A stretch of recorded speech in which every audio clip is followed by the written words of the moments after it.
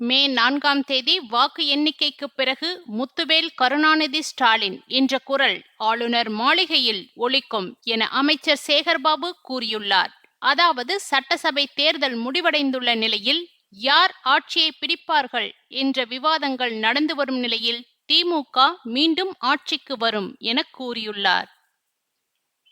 தமிழக இந்து சமய அறநிலையத்துறை அமைச்சர் கே சேகர்பாபு இன்று திண்டுக்கல் மாவட்டம் பழனி முருகன் கோவிலில் குடும்பத்துடன் சாமி தரிசனம் செய்தார். அதைத் தொடர்ந்து பழனி கிரிவீதிகளில் உள்ள 4 அம்மன் கோயில்களிலும் தரிசனம் மேற்கொண்டார். சுவாமி தரிசனத்திற்கு பிறகு செய்தியாளர்களை சந்தித்து பேசிய அமைச்சர் சேகர்பாபு, வருகின்ற மே 4ஆம் தேதி வாக்கு எண்ணிக்கைக்கு பிறகு சென்னை ஆளுநர் மாளிகையில் நடைபெறும் விழாவில் முத்துவேல் கருணாநிதி ஸ்டாலின் என்ற குரல் ஒலிக்கும்.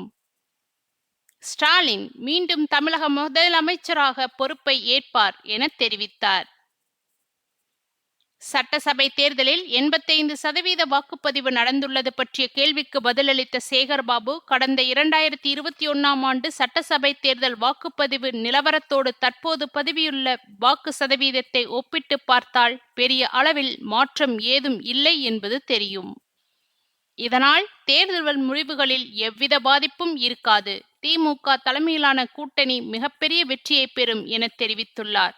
தேர்தல் முடிவடைந்துள்ள நிலையில் வாக்கு இயந்திரங்கள் வாக்கு எண்ணும் மையங்களில் ஸ்ட்ராங் ரூம்களில் பாதுகாப்பாக வைக்கப்பட்டுள்ளன. மே 4ஆம் தேதி வாக்கு எண்ணிக்கை நடைபெறவுள்ள சூழலில் யார் வெற்றி பெறுவார் என்பது அரசியல் களத்தில் பெரும் எதிர்பார்ப்பாக உள்ளது. இந்த சூழலில் தமிழக முதலமைச்சர் ஸ்டாலின் திண்டுக்கல் மாவட்டம் கொடைக்கானலுக்கு ஓய்வெடுக்க சென்றுள்ளார். இந்நிலையில் அமைச்சர் சேகர்பாபு திண்டுக்கல் மாவட்டம் பழனி முருகன் கோவிலில் சுவாமி தரிசனம் செய்துள்ளார்.